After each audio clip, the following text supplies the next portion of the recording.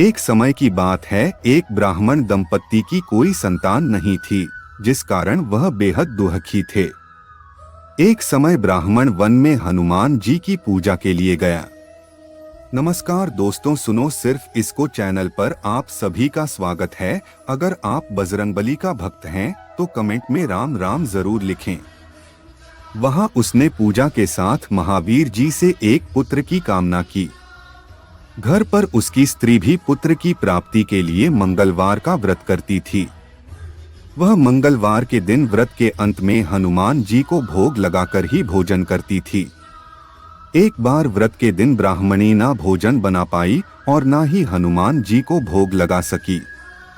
उसने प्रण किया कि वह अगले मंगलवार को हनुमान जी को भोग लगाकर ही भोजन करेगी। वह भूखी प्यासी 6 दिन तक पड़ी रही।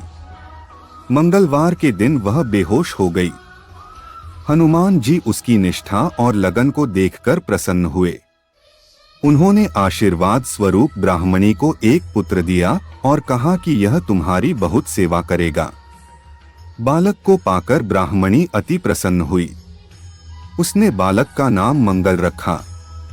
कुछ समय उपरांत जब ब्राह्मण घर आया तो बालक को देख पूछा कि वह कौन है। पत्नी बोली कि मंगलवार व्रत से प्रसन्न होकर हनुमान जी ने उसे यह बालक दिया है। ब्राह्मण को अपनी पत्नी की बात पर विश्वास नहीं हुआ। एक दिन मौका देख ब्राह्मण ने बालक को कुएं में गिरा दिया। घर पर लौटने पर ब्राह्मणी ने पूछा कि मंगल कहाँ है। तभी पीछे से मंगल मुस्कुराकर आ गया। उसे वापस देखकर ब्राह्मण आश्चर्यचकित रह गया।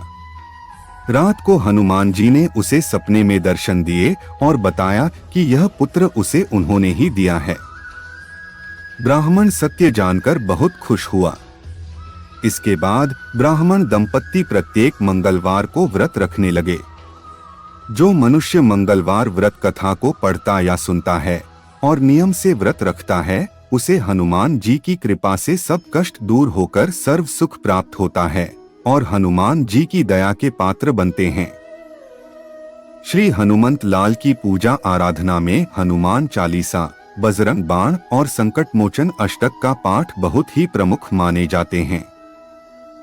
धन्यवाद।